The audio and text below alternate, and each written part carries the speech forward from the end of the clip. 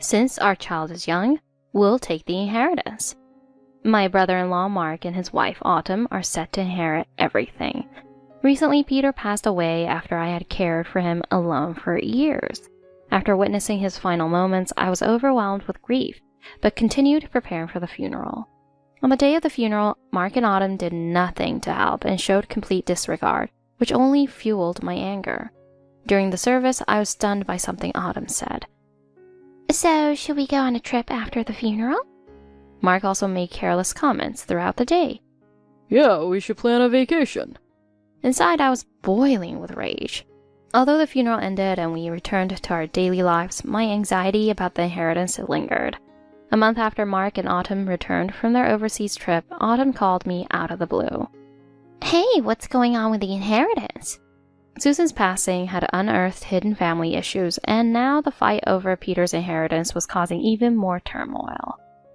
I'm Gemma James, a 30-year-old part-time worker at a local grocery store. I used to work for a major company, but I left to care for Peter.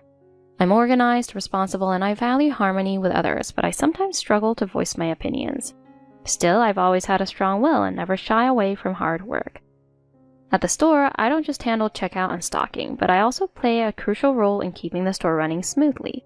I help with everything from product displays to inventory management, customer service, and even cleaning. Every day begins with setting up the displays. Good morning, Gemma. Let's have another great day. Good morning. I'll do my best today. I greet the regular customers warmly. Thanks for always being so friendly. Your smile brightens my day. Thank you for always coming in. If you ever need help, don't hesitate to ask. I also enjoy chatting with my coworker Emily. What did you bring for lunch today? Susan made some braised veggies for me. How about you? I brought a sandwich. I've been so busy lately that I've had to cut corners. Even though I enjoy work, I find the casual conversations with coworkers the most fun. After work, I head home to take care of Peter, my father-in-law. Thanks again, Gemma. It's no problem, Peter. Caring for him can be challenging, but his gratitude and smiles give me the strength to keep going every day. I believe that small daily efforts can lead to big rewards, and I try to balance both my job and home life. I met my husband, Tom, when we both worked at a big company. He was my boss, and I admired his work ethic. After a year of dating, we got married, and I moved in with his parents. Our life together has been peaceful, and Tom continues to be as supportive as ever. Let's do our best today, okay? Every morning, he encourages me before work. When I started working at the grocery store, Tom always reassured me. Whatever job you're doing, Gemma, I'm sure your hard work is making an impact on someone.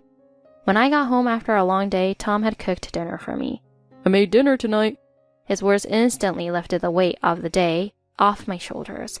He had prepared a delicious pasta dish, salad, and even a homemade dessert. Oh, thank you so much. You've made my day. Tom's mother, Susan, who raised him, was also incredibly kind and caring. Gemma, breakfast is ready. Thanks, Susan. I'll be right there. I come down to a table full of delicious food that she'd made. Do you have anything special planned today, Tom? Nope, just a regular workday, but I do have an important meeting this afternoon. I'd watch these family moments and feel so lucky to be a part of it. My in-laws treated me like their own daughter, something I deeply appreciated since I had a difficult relationship with my own parents. Gemma, would you like to go shopping with me this afternoon? Of course, I'd love to. Is there something you're looking for? I was hoping to buy some new clothes. Could you help me pick something out? Her eyes lit up with excitement, and I couldn't wait to help her shop. We often went on trips as a family of 4, with Peter always planning the best vacations. Where do you want to go for our next trip? I'd love to go to a luxurious hotel. What about you, Mom? That sounds perfect. A relaxing soak and a good meal would be lovely. We created so many happy memories together. Although we struggled to have children, my in-laws never pressured us. They always supported us and encouraged us to leave things to nature. One day, Susan approached me quietly. Gemma, there's something I want to tell you. What is it, Susan? My heart raced as I wondered what she was going to say. You're doing such a great job, and we think of you like our daughter. If you ever need anything, don't hesitate to ask. I was so touched that tears welled up in my eyes. Thank you, Susan. I'm so grateful to you too. I felt so fortunate to live in such a loving and supportive environment. But there was one person I found difficult to get along with, Mark and his wife, Autumn. They were often insensitive and dismissive of the family. They didn't even call or send a gift on Susan's birthday. On a later visit, Autumn looked at a photo and remarked, Wow, that's a pretty cheap cake. and this coming from someone who didn't even say happy birthday. There were many incidents like this. Gemma, your cooking is nothing like Mom's. I don't really like it. Mark said this at a family gathering, laughing, and it hurt me deeply. Another time, I was talking about a hobby I enjoyed, and Mark quietly listened before sneering. Isn't that a waste of time? Being dismissed for something that brought me joy was painful. Tom shared his frustration with me. My brother's personality changed when he started dating Autumn. Tom had tried to confront Mark before, telling him to be more considerate. Mark, you've got to stop being so rude to the family. Think before you speak. What? I was just joking. Relax. Mark never showed any remorse. Despite this, I tried to accept them as family, but my patience ran out when Susan, who was like an angel, passed away. During her hospitalization, I visited every day, and I even invited Autumn to come along, but she refused. Visiting her would just be a waste of time. She never visited once, and I was completely shocked by her indifference. I was disappointed, but I tried to focus on Susan's well-being and not let it bother me. The day of the wake arrived, and the family gathered in sorrow. Tom and I were reminiscing about Susan's life, trying to hold back our tears as we prepared for the service. Susan was such a wonderful person. She always supported us. I'm so grateful for everything she did. Meanwhile, Autumn sat there, expressionless, doing nothing to help, instead glued to her phone. Could you help with something? Help with what? No thanks, I'm not interested. Her cold response infuriated me, but I chose to focus on honoring Susan instead of reacting. As the relatives arrived and shared stories about Susan, we all wished for her peaceful rest. Peter was devastated, and Tom and I stayed close to support him. Dad, are you okay? You don't look well. Maybe you should sit down and rest for a while. Thanks, Tom. And Gemma, thank you as well. During the wake, everyone paid their respects to Susan, offering prayers for her soul. Thank you, Mom. Please, rest in peace. I fought back tears as I said my final goodbye. Autumn, however, didn't shed a single tear. Her detached attitude annoyed me, but I couldn't let my emotions take over in front of everyone. As the wake came to an end and people started leaving, Autumn suddenly spoke up. So, what's happening with the inheritance? I was speechless, feeling both shock and anger. How can you bring that up now? We just lost someone so important. Oh, come on. I know you're thinking about it too. Aren't you curious? Let's get it sorted out quickly. Tom's face grew stern as he listened to her words. Our mother just passed away. Show some respect. Whatever. The inheritance is just going to be split between the siblings, right? Peter overheard the conversation and stepped in. Enough. Mom's will states that everything will be divided equally, so there's no need for any arguments. Autumn rolled her eyes, but seemed to accept his words for the moment. I felt some relief, but her attitude hadn't changed. It was clear that all she cared about was the inheritance, and there was no gratitude or appreciation for Susan. When the time came to distribute the inheritance, everything was divided equally between the siblings, just as the will stated. Autumn was irritated throughout the process, treating it as a burden. Why is this taking so long? It's such a waste of time when the amount we're getting won't change anyway. We finished the process, but the tension between us remained. I'm sorry you had to deal with all of this. It's not your fault. We did everything we could, and that's enough. That night, I looked at a photo of Susan and reflected on how much I missed her kindness. Tears filled my eyes as I realized how big of an impact she had on my life. After that day, I began distancing myself from Mark and Autumn. I realized that sometimes to protect the bond of family, you have to set boundaries. Every family is different, and while challenges will arise, working together and doing what's right is what makes a family. But Mark and Autumn only cared about themselves. Could I even call them family anymore? It was that day that I made my decision to cut ties with them. 3 years have passed since then, and I've been taking care of Peter. Ever since Susan passed away, Peter's health had been declining. Watching him grow weaker broke my heart, but I continued caring for him alone. Tom was busy with work, and Mark and Autumn had no involvement in the caregiving. One day, during a conversation about Peter's care, Autumn made a callous comment. Why don't you just put him in a nursing home already? Her lack of empathy was infuriating. I mean, what's the big deal? You're stressing yourself out for no reason. Just hand it over to the professionals. It's true that if I put him in a home, I might feel less pressure, but he had done so much for me, and I was determined to be there for him until the end. I bit my tongue and let her words pass, even though they made me furious. As I continued to care for Peter, my frustration grew. One day his condition suddenly worsened, and we had to rush him to the hospital. Tom hurried to the hospital, but unfortunately Peter passed away. I was heartbroken, but I also felt a sense of relief that his suffering had ended. As we prepared for the funeral, Mark and Autumn continued to show their true colors. I'm busy with work, so I'm not going to make it to the funeral. Sorry. They weren't even planning to attend, and their excuses left me completely disgusted. On the day of the funeral, I was emotionally and physically exhausted, but I welcomed the attendees with a strong front. Tom helped, but Mark and Autumn did absolutely nothing. Instead, Autumn was busy taking pictures of her daughter in various outfits and posting them on social media. Last year, Autumn had given birth to a daughter, and since then she had been obsessively posting every little detail of her life online. The funeral was no exception. Autumn even posted, "On my beloved grandpa's funeral today," despite never bringing her daughter to visit her grandparents before. When I saw the post during a break, I couldn't help but let out a frustrated sigh. My frustration was building, but I kept it inside for the sake of Peter.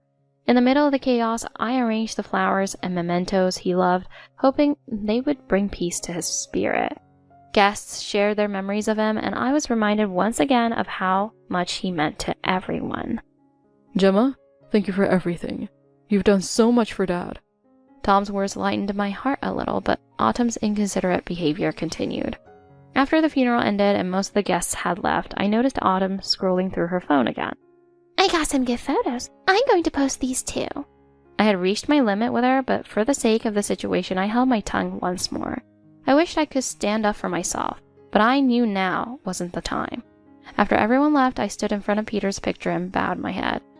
"Dad, please continue to watch over us."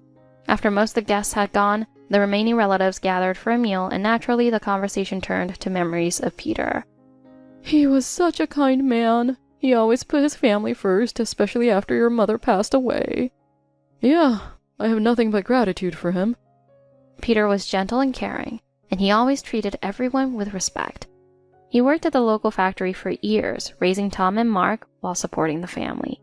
He also loved bonsai trees and was meticulous in caring for them. He often planned family trips, taking us to places and tourist spots. His warm smile and kind voice were memories I would cherish forever. You know, he even started investing on the side.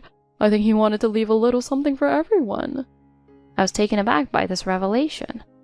I had no idea he was doing that for us. Wow, that's surprising. Dad never mentioned it. He actually asked me for advice a few times. He wasn't an expert in finance, but he wanted to learn so that he could leave a legacy for you all. That sounds just like Dad. He always put the family first. Learning about his quiet efforts to invest for our sake deepened my appreciation for him even more. His thoughtfulness extended beyond just money. What he left behind wasn't just material wealth, but the love and dedication he'd shown to his family throughout his life. However, the peaceful moment didn't last long. Autumn interrupted the conversation. Well, since our child is still young, we'll be taking the inheritance, right? Everyone froze in shock at her audacity. I couldn't believe she said that out loud. Mark smirked and chimed in. Yeah, if Dad was investing, there must be a decent amount of money, right? Maybe we should plan a vacation after all. His casual tone infuriated me, but I didn't want to cause a scene at the funeral. The other relatives exchanged uncomfortable glances, clearly disturbed by their comments. Now's not the time to be talking about that, don't you think? But we're going to need the money, especially for families with young children like ours. I took a deep breath, trying to stay calm. Autumn, this is a time to remember Peter. Let's talk about the inheritance later. Fine, but we need to discuss it soon.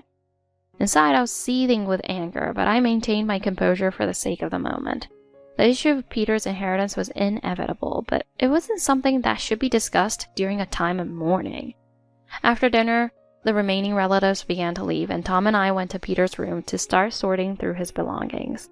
As we carefully handled his things, we were reminded of the warmth and love he had given us.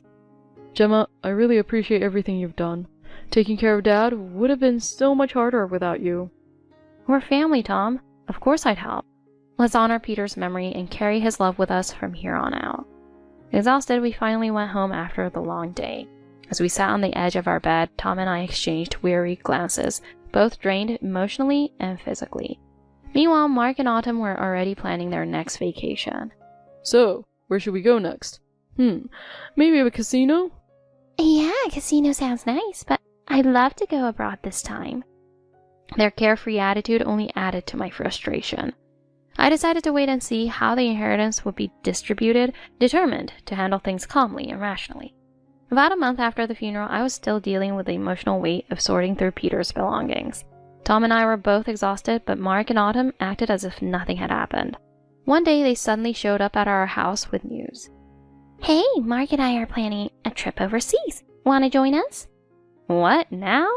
Are you serious? We just lost Peter a month ago, and we're not even done going through his things. We need a break. Don't you think you and Tom could use one too? I was beyond shocked by their complete lack of tact. Look, this isn't the time for a vacation. We still need to finish handling Dad's affairs. Oh, come on. Gemma can take care of it while we're gone. She's been doing a great job. Why would it be my responsibility? We'll be back in no time. No big deal. By the way, we have a favor to ask. I braced myself, sensing where this was going. Could you watch your daughter while we are away? We can't bring her without a passport, and we'd feel much better if you took care of her. I was so taken aback that I almost gasped out loud. Are you serious right now? You want to leave your child with us while you go on vacation? Dad just passed away. Don't you care? We just really need a recharge, so can you help us out, Gemma? I was stunned and couldn't believe what I was hearing. How could they even think of asking us such a thing during this difficult time? It's only for a few days. Come on, please. Autumn remained completely unfazed by the absurdity of her request. Just when I thought I couldn't be more shocked, they started packing their bags right there in front of us. Autumn held her daughter, checking her phone for last-minute travel details. You're really going? Now? Yep, we'll be back soon. Call us if you need anything. I was speechless as I watched them leave, waving cheerfully as they drove off. Tom and I stood there dumbfounded by their complete lack of decency. I can't believe them. What on earth are they thinking? Not only were we still grieving and busy with Peter's affairs, but now we were also responsible for their child. 2 days later, while Mark and Autumn were on their trip, I got a sudden phone call from Autumn. I could hear her panicking on the other end of the line, her voice so loud I had to hold the phone away from my ear. The credit card isn't working. For a moment, I thought they might have been the victims of fraud, but then I listened carefully to the situation. What happened? We tried to make a big purchase, and the card was declined. Why would it be stopped? Honestly, I didn't care why their card was declined, but I offered some possible explanation. Maybe the card expired or there's no more balance left? No way! It's Peter's card. I was stunned. That was the moment I realized they were using Peter's card for their personal expenses. Wait, you're using Peter's card? Without permission? Well, he's gone, so what does that matter? How do you even know his PIN? Apparently, Mark had once helped their father withdraw cash, and he remembered the PIN. He tried it on the credit card and it worked. I think the card was flagged for suspicious activity since you're using it overseas without authorization. What? Why would that happen? Because it's illegal. Even if Peter is gone, the money is still his until the inheritance is legally settled. What do you mean?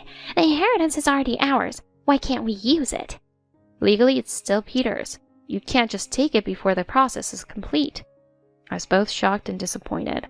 I realized that even though we were family, this was a serious issue.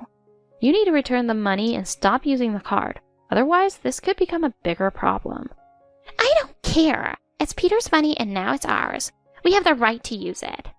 Autumn hung up on me and I immediately told Tom about the situation. What happened?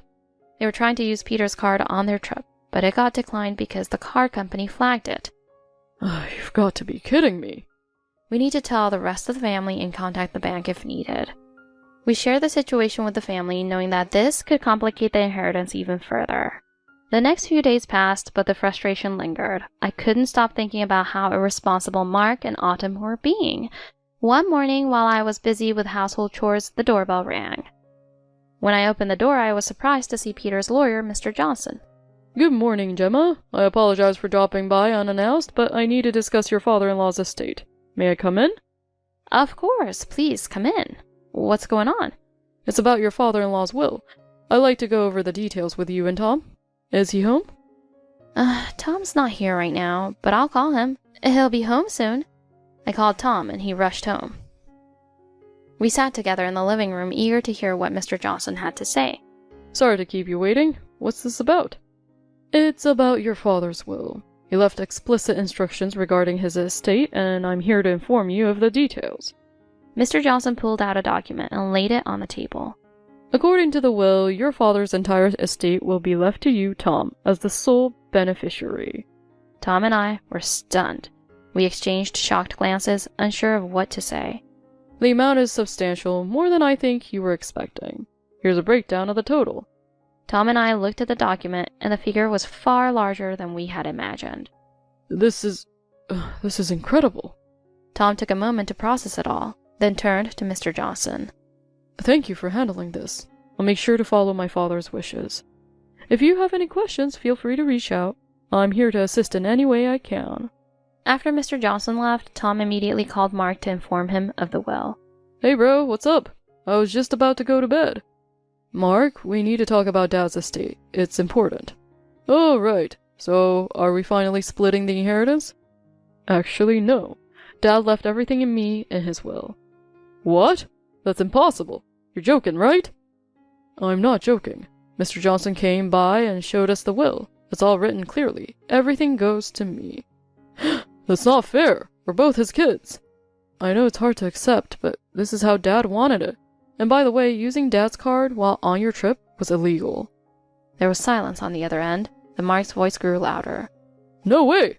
That can't be right. There must be a mistake. I've already confirmed it with the lawyer, and you should know, trying to use Dad's card was against the law. What? But we thought we could use the inheritance for the trip. We just bought a bunch of expensive stuff. What are we supposed to do now? I couldn't believe the absurdity of what I was hearing. They had spent money they didn't even have, counting on an inheritance that wasn't theirs yet. Mark, what's going on? What are we going to do about the money we spend? Come on, Tom. Help us out here. We're stuck. You've got to figure this out yourself. You can't expect me to just fix everything. We're desperate. We're in over our heads. For the first time, I felt a grim satisfaction. They had dug themselves into this hole. While part of me was relieved that things were finally falling into place, I couldn't help but shake my head at Mark and Autumn's recklessness. It was clear that their financial irresponsibility had caught up to them, and they were now facing the consequences. They might try to contest the will, but I doubted they had much of a case. In the days that followed, Tom and I carefully planned how we would use the inheritance to honor his father's wishes and secure our future. Let's focus on what Dad would have wanted. To use this money wisely and make sure our family is taken care of. Absolutely. We should save for the kids' education, fix up the house, and make sure we're financially secure. We also knew we couldn't ignore Mark and Autumn entirely, despite their irresponsibility. They were family after all.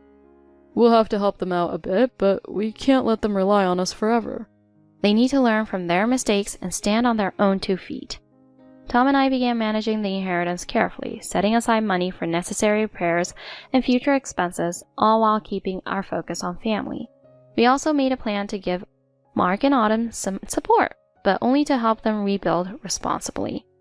Mark, Autumn, we'll help you get back on your feet, but you need to be careful from now on. No more reckless spending. Yeah, we've learned our lesson. Thanks for helping, bro. Oh, we're sorry. We'll make sure not to mess up again. They slowly began to change their behavior, putting more effort into managing their money wisely. As a family, we vowed to use Peter's legacy to strengthen our bond and ensure everyone's well-being. And just as Peter had always hoped, we moved forward, supporting one another and living with gratitude for the life and love he left behind. After Mark and Autumn returned from their trip, they came to us asking for help to pay off their debt.